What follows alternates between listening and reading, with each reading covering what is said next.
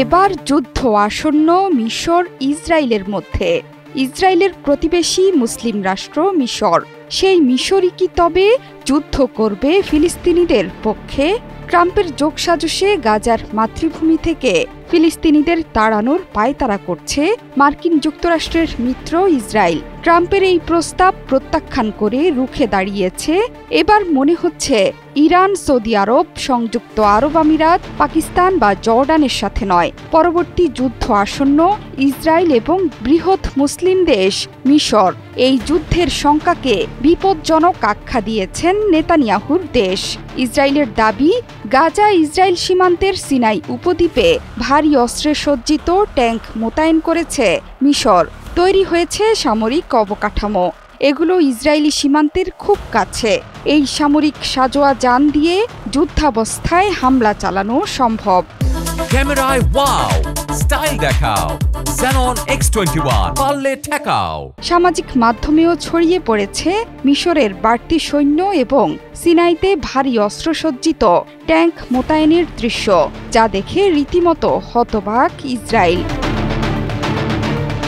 সাম্প্রতিক ইসরায়েল এবং মিশরের মধ্যে চলমান বাকযুদ্ধ মিশরের প্রেসিডেন্ট আবদেল ফাত্তাহ আল সিসির নেতৃত্বে শান্তি চুক্তির গুরুতর লঙ্ঘনের অভিযোগ তুলেছেন মার্কিন যুক্তরাষ্ট্রে ইসরায়েলের রাষ্ট্রদূত ইয়েজিয়েল লেইটার।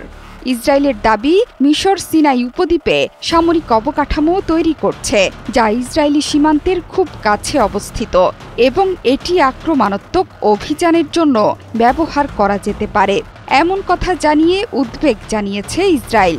ইয়েজিয়েল লেইটার বলেছেন, সিনাইতে ঘাঁটি তৈরি করা হচ্ছে এবং এগুলো কেবল আক্রমণাত্মক অভিযান এবং আক্রমণাত্মক অস্ত্রের জন্য ব্যবহার করা যেতে পারে।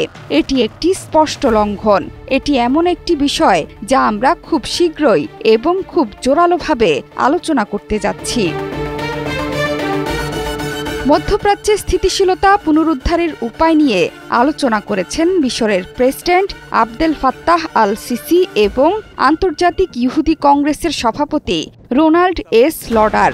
রোববার মিশরের রাজধানী কায়রোতে এক বৈঠকে সিসি বলেছেন, 1967 সালের সীমান্ত বরাবর একটি স্বাধীন ফিলিস্তিনি রাষ্ট্র প্রতিষ্ঠা, যার রাজধানী পূর্ব জেরুজালেম, যেটি স্থায়ী শান্তি অর্জনের একমাত্র জামিনদার। গাজা উপত্যকার পুনর্গঠনের উপর জোর দিয়ে নিরীহ ফিলিস্তিনিদের তাদের ভূখণ্ড থেকে উচ্ছেদে ট্রাম্পের প্রস্তাব প্রত্যাখ্যান করেছেন তিনি। শুধু তাই নয়, গাজা পুনর্গঠনে একটি বিস্তৃত পরিকল্পনাও করছে আরব বিশ্ব। এমনকি গাজা নিয়ে মিশর এবং সৌদি আরবের প্রস্তাবের জন্য অধীর আগ্রহে অপেক্ষা করছেন লডার। এ সময় দ্বিরাষ্ট্রীয় সমাধানই যে শান্তির একমাত্র আশা, সেটিও মনে করেন তিনি।